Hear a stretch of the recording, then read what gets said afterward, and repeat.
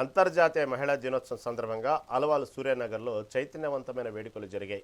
మాజీ కోఆప్షన్ సభ్యురాలు తెలంగాణ ఉద్యమకారిణి గొట్టిముక్కల జ్యోతి శ్రీనివాస్ గౌడ్ ఆధ్వర్యంలో నిర్వహించిన ఈ కార్యక్రమంలో మహిళా శక్తిని ఘనంగా చాటి చెప్పారు. ముఖ్యంగా సమాజం కోసం నిరంతరం శ్రమిస్తున్న జిహెచ్ఎంసీ పారిశుద్ధ మహిళా కార్మికులను శాలువాలతో సన్మానించి వారి సేవలను కొనియాడారు. అదేవిధంగా మచ్చబొల్లారం శ్మశాన వాటిక సమీపంలోని డంపింగ్ యార్డును తొలగించాలని ఏడాది కాలంగా పోరాడుతున్న మహిళా యోధులకు ప్రత్యేక గుర్తింపునిస్తూ వారిని గౌరవించారు.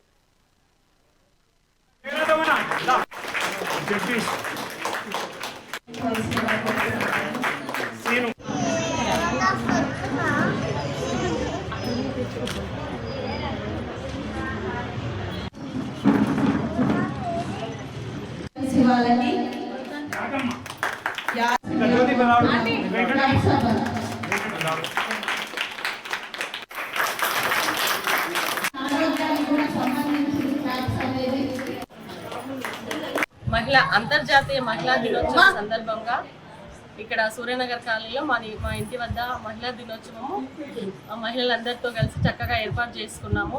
మా కాలనీవాసులుగా కాకుండా కూడా ఇంకా ఇతర ప్రాంతాల నుండి కూడా వచ్చిన వాళ్ళు ఉన్నారు. మా అక్క చెల్లెలందరికీ కూడా మహిళా దినోత్సవ శుభాకాంక్షలు తెలియజేసుకుంటున్నాను. మేము ఎప్పుడు కూడా ఇట్లా పిలవంగానే కూడా మాకు అందరు కూడా అందుబాటులో ఉంటారండి. మా మహిళలందరూ కూడా ఈరోజు మేము ఇక్కడ శ్రీనివాస్ గౌడ్ అన్న సూర్యానగర్ జ్యోతక్క జంట వాళ్ళ దగ్గర మహిళా దినోత్సవానికి హాజరు కావడం జరిగింది. వాళ్ళు మాకు గత 10 రోజుల నుంచి మేము యాక్చువల్గా డంపింగ్ యార్డ్ కోసం కొట్లాడుతున్నామండి. ఆ మచ్చబొల్లారం లోపల 365 రోజులు మహిళలు ఇళ్లలో ఉండే మహిళలు స్వచ్ఛందంగా బయటికి వచ్చి నిరాహార దీక్ష చేయడం జరిగింది. ఆ సందర్భాన్ని ఆ జంట ఒకసారి గుర్తించి దాంట్లో పాల్గొంటూ ఇది సమాజ సేవ, ఇది అందరికీ అవసరమైనటువంటి పరిస్థితి రేపు భయంకరంగా ఉంటుందని సపోర్ట్ చేసి 365 రోజులు చేసినటువంటి మహిళలకు సన్మానం చేయాలి నేను అన్న ఉద్దేశంతో మా అందరికీ ఆహ్వానం పంపడం జరిగిందండి. ఈరోజు ఉమెన్స్ డే సందర్భంగా నేను ముఖ్యమంత్రి శ్రీ రేవంత్ రెడ్డి గారికి మనవి చేసుకుంటాను ఏంటంటే, అన్న మీ చెల్లెలము ఈరోజు ఉమెన్స్ డే సందర్భంగా మీరు మాకు ఒక గిఫ్ట్ ఇవ్వాలి. హిందూ శ్మశాన వాటికలో డంపింగ్ యార్డ్ తొందరగా తొలగించాలని మా అందరి తరఫున మిమ్మల్ని ప్రార్థిస్తున్నాం. స్త్రీలందరికీ అంతర్జాతీయ మహిళా దినోత్సవం సందర్భంగా శుభాకాంక్షలు తెలుపుకుంటున్నాను. ఇంతమంది మహిళలు ఒక్క ధాటిగా ఇక్కడికి రావడానికి కారణమైనటువంటి జ్యోతి గారికి, శ్రీనివాస్ గౌడ్ గారికి మా ధన్యవాదాలు. నేను ఒక ప్రొఫెషనల్గా టీచర్ని.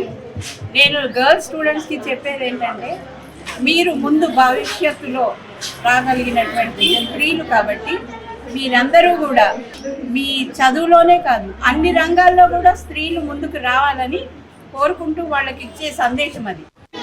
కోర్టులో కేసు చేస్తే వీళ్ళు గెలవడం జరిగింది. వీళ్ళ పేరు మీద ఇప్పటికి 50-60 లక్షలు మున్సిపల్ తరఫు నుంచి డిపాజిట్ చేసి కోర్టులో డిపాజిట్ చేసింది.